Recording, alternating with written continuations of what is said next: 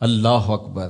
ان پڑھ اور غریب ماں کی یاد میں انہوں نے بڑی خوبصورت باتیں لکھی۔ کہا عالی نسب ہوٹلوں میں کھانا کھانے میں وہ سرور کہاں جو چولہے پر بیٹھ کے ماں کے ہاتھوں سے پکی ہوئی چپاتیاں کھانے میں ملتا ہے۔ عالی جناب، حضرت صاحب، قبلہ عالم، کیا کیا لفظ بولے جاتے ہیں سٹیجوں کے اوپر، لیکن ان لفظوں کا وہ نشہ نہیں ملتا جو ماں کی زبان سے اوئے ببلو اور اوئے مٹھو میں رکھا ہوا ہے۔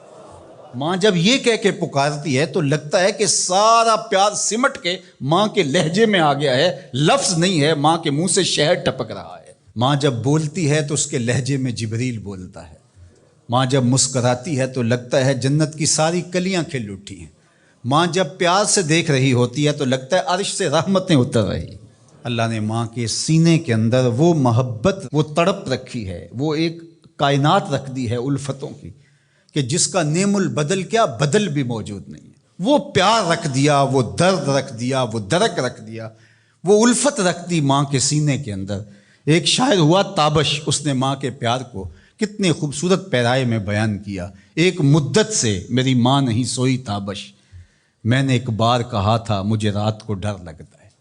کہا ایک دن بچپن میں میرے منہ سے نکلا تھا امی مجھے رات کو سوتے ہوئے ڈر لگتا ہے۔ میں بوڑھا بھی ہو گیا ہوں، میری ماں اب بھی میرے بستر پہ پھونکے مارتی کہ میرے بیٹے کو رات کو ڈر نہ لگا۔ یہ ماں کے سینے کا پیار ہے، ماں کی الفت ہے، یہ ماں کی تڑپتی ہوئی ممتا ہے۔ اولاد کے لیے وہ دکھ بھی جھیلتی ہے، تکلیفیں بھی سہتی ہے۔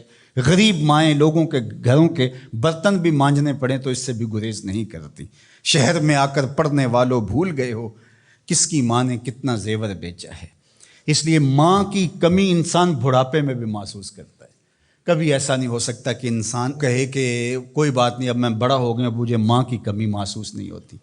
بوڑھا بھی ہو جائے انسان جو ہے وہ سب سے اونچے منصب پر بھی بیٹھ جائے، میں اور آپ کیا، میری اور آپ کی حیثیت اور اوقات ہی کیا۔ امام الانبیاء حضور ختم المرتبت صلی اللہ علیہ وآلہ وسلم حجرہ انور سے نکلے اور جو ہی حضور نبی رحمت صلی اللہ علیہ وآلہ وسلم مصلی پر تشریف فرما ہوئے تو حضور کو دیکھ کر کے تمام صحابہ ادب سے کھڑے ہو گئے۔ جو ہی یہ امٹتا ہوا پیار دیکھا تو حضور کی نظر پلٹ کے کئی سال پیچھے چلی گئی اور ابوا کی وادی میں اپنی ماں کی قبر پہ کھڑا ہوا اپنے آپ کو پاتے ہیں حضور۔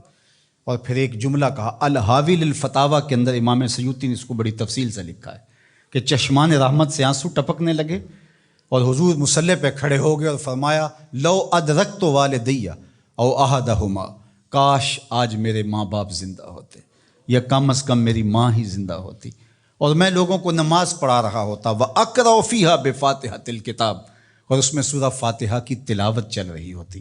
پھر میری ماں کو میرے ساتھ اچانک کوئی کام یاد آ جاتا، وہ دروازے پر آتی اور چلمن سرکاتی اور مجھے بیٹا کہہ کے آواز دیتی۔ فرمایا لوگوں نماز چھوڑ کے پہلے ماں کی بات سن لیتا۔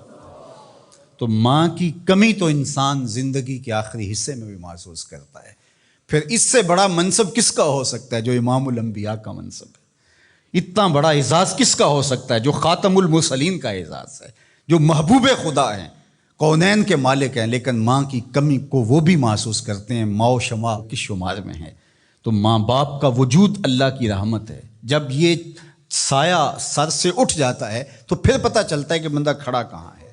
جب گھنے درخت کے سائے میں بیٹھا ہو اور وہ درخت ساری دھوپ اپنے پتوں میں جذب کر رہا ہوتا ہے اور نیچے بیٹھنے والے کو چھاؤں فراہم کر رہا ہوتا ہے، اور اس سے نہیں پتہ ہوتا کہ جو مجھے چھاؤں دے رہا ہے وہ خود کتنا جلس رہا ہے، لیکن اچانک جب سایہ ہٹ جائے اور بندہ کڑی دھوپ میں آ جائے پھر اسے احساس ہوتا ہے کہ وہ سایہ کتنا غنیمت تھا۔ جن کے ماں باپ موجود ہیں وہ ان کی خدمت کر کے دنیا اور آخرت کی سرخرویاں حاصل کریں۔ اللہ کی رضا بھی اس میں ہے، رسول اللہ کی رضا بھی اس میں ہے، اور دنیا اور آخرت کی بہتریاں اسی کے اندر پنہاں ہیں کہ ماں باپ کی تکریم بجا لائی جائے۔